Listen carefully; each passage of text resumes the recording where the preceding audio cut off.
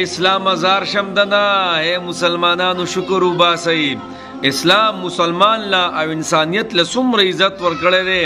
تاسو د سیټ ته دا ویډیو وینئ که نه په دې اور باندې ورواچئ او خبره ختمه شي او د دوی د مخې غوښې هغه اور وسوځئ. زه تاسو ته یم چې اسلام انسان له مسلمان له څومره عزت ورکړی. کله چې ماشومې اسلام وایي څومره نیکۍ چې کې وایي د مور او پلار په عمل نامه کې به لیکلی کېږي. الله اکبر کبیره. کله چې دا مسلمان نوجوان شي در جوانی توبه کرده شوی پیغمبری ا د ځوانۍ یو عجیبه لش پش کې راشي نو د عرش د سوري لاندې د لځې برابر کړی الله. هغه نوجوان چې خپل ځواني د الله په عبادت کې تیره کړي نافرمانی کې نه د نبی علیه الصلاة والسلام په اطاعت کې تیره کړي الله د عرش د سوري لاندې به اووه قسمه خلک یو به پکې هغه نوجوان همي چې خپله ځواني څه ده په عبادت کې تیره کړي. نو ځوانۍ له څومره قدر ورکو زار شم د دین اسلام نه. کله چې بوډا شي او کله چې بوډۍ شي او دا تور ویښته دې سپین شي نو تاسو ته پته ده زما اسلام دې سپینو ډکو له څومره عزت ورکړی.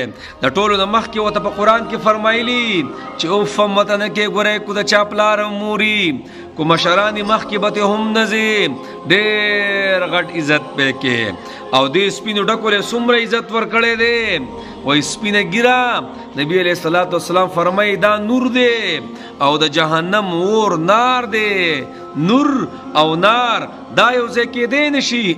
او زما محمد رسول الله صلی الله علیه وسلم فرمایي ای خلکو د سپینګیري سره به په قیامت کې یو نوري چې دا به د هیچ چا سره نه دا به د سپینګیري سي دا به د سپینګیرو یو اعزازي یو عزت پي یو عظمت پي یو بونس پي چې الله جل شانه ولا ورکړي. نو اے مسلمانانو خیر دې کو روزګارونه خراب دي. اے مسلمانانو خیر دې کو گیسونه نشتا او کو لوډ شیډینګ دې او کو سدي ګرانی دا شکر وباسي چې په اسلام الله جل شانه مشرف کړیو. دا کم کس لاړې دا به اوس تاسو ته پته ده ټول عمر جهنم د دې کس دا کم چې سیزي دا هندوانو.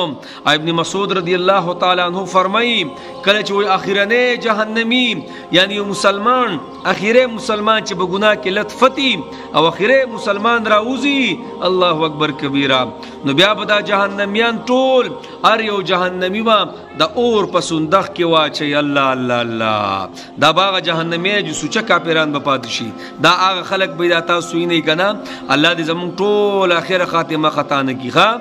ایمان د ځان سره وړل دی ګوره والله بس دې ځکه خو عمر سے فرمایل زد نتیجې په اعتبار سره دا غیر مسلم هم اعلی ګڼم ولی کې دې شي دوی ته الله په اخر کې ایمان نصیب کړي او کې دې شي نعوذ بالله زما ایمان په اخر کې الله ختم کړي.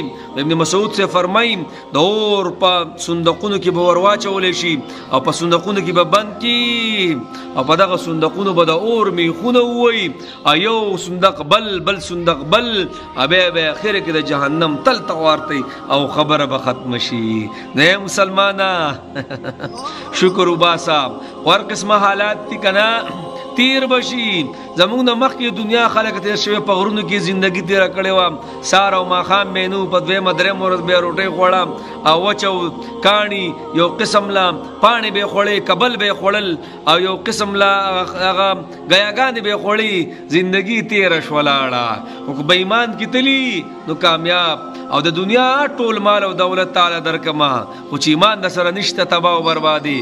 د مسلمانانو شکر وباسئ په خپل ایمان باندې کور څنګه حالت دی په خپل ایمان شکر وباسئ او د الله نه غواړئ چې الله اخر خاتمه ختمه کړي.